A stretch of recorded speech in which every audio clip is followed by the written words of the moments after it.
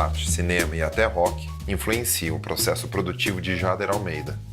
O rolê de hoje é sobre o lado criativo do design.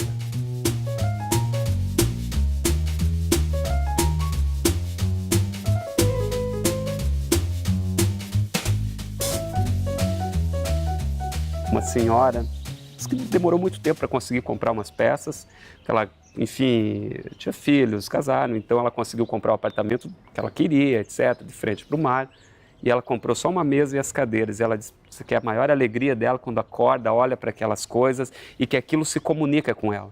Eu acredito muito que os objetos, esses seres inanimados, eles têm essa capacidade de se comunicar, e nós seres humanos somos muito sensíveis a isso, buscar símbolos. Basta olharmos para trás, para os primórdios, até hoje, nós sempre colocamos... Iconografias, né? Iconográficos, no caso, pode ser, mas nós colocamos sentido nas coisas. E os objetos que nos cercam é a nossa história. Você tem uma ruptura, você tem a tua maneira de fazer, não é? Eu acho que é tudo muito intenso e é um contraponto. Muitas pessoas, às vezes, olham, é delicado, é feminino, é sutil, mas, no entanto, é aquela coisa que aparece, mas por dentro é muito visceral. É uma coisa muito forte. Então, eu gosto, enfim, eu sou colérico, eu sou emotivo, eu sou passional, eu tenho... Cara, você é mesmo? Eu não tenho nem um pouco de calmaria. Mas você transmite uma calmaria, viu? Eu acho que é igual o cisne que está no lago, assim, flutuando com toda aquela, enfim, pose, mas por baixo o motor está... O pau quebra, né? Dá mil. Recentemente eu fiquei sabendo que aquela banqueta Philips, que a inspiração foi de um banco de piano. Como é a sua ligação com o universo das artes? Como que você sente que ela interfere no seu trabalho? Para mim não é indissociável. A arte, música, seja das emoções que vivemos no dia a dia. Então é claro que, como eu anteriormente falei, nossos pares nos influenciam, mas também a vida, acho que tem a maior parcela de influência. Então, se eu quero fazer um design para as pessoas e observar apenas o fruto de um outro designer, eu vou estar condicionado a uma coisa muito óbvia.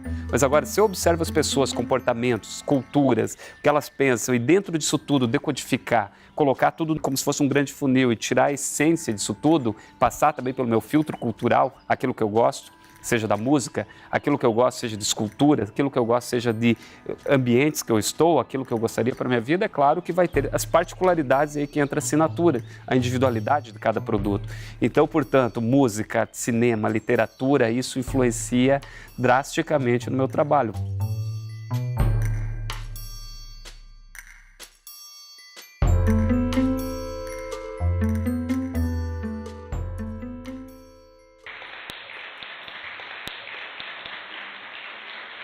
Aí eu falei, tenta não olhar para aquilo que diz nos guias, tenta não seguir aquilo que todo mundo fala, tenta sentir, que eu acho que é exatamente esse exercício que nós, como turistas, nos perdemos muito.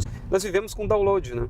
Daquilo que foi nos ensinado, nos falado, que é certo ou errado, etc. E acabamos repetindo isso. E muitas vezes sem questionar. E quando questionamos, é aí que quebra-se regras. Aí que muda o status quo, o modus operandi, e que vem alguma coisa nova. Mais verdadeira, né? Exatamente. Chegamos. Ó, papinho bom, hein, bicho? Fechou, rendeu.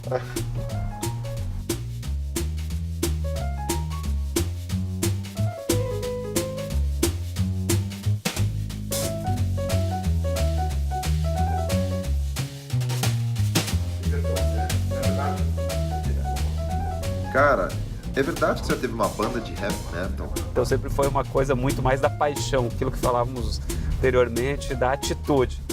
O rock and roll, o heavy metal, a coisa muito mais atitude do que propriamente a musicalidade ou tocar, seja como for. Enfim, basicamente essa minha história com música é isso.